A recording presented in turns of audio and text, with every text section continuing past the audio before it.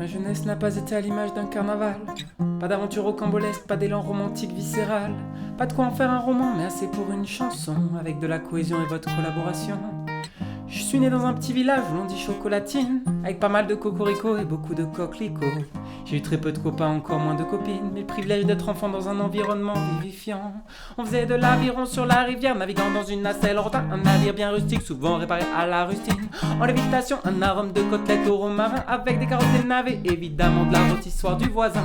Les vieux et leurs yeux si vivants sur leur peau sèche comme du papyrus, vilain et pourtant si beau, avec une joie de vivre virale, tout le temps la banane comme si c'était vital.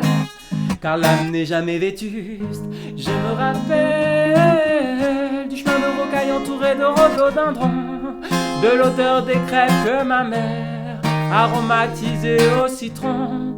Je rêvais d'avoir plus que des coccinelles pour colocataires. Je ne savais pas encore que j'étais au plus bel endroit sur terre.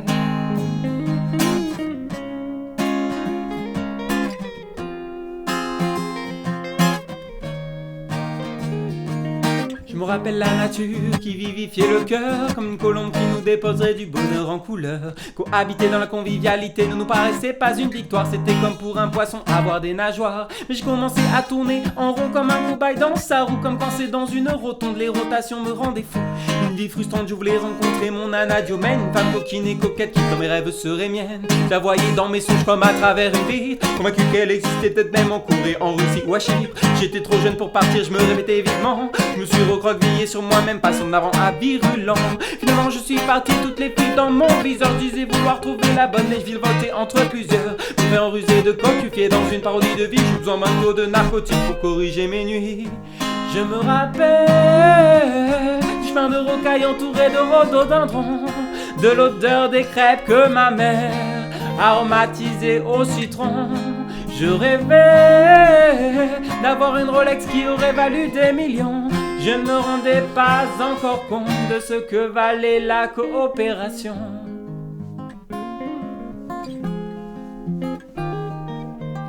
Je suis revenu des années plus tard comme un étranger, m'est apparue toute la douceur du lieu, presque rien n'avait changé.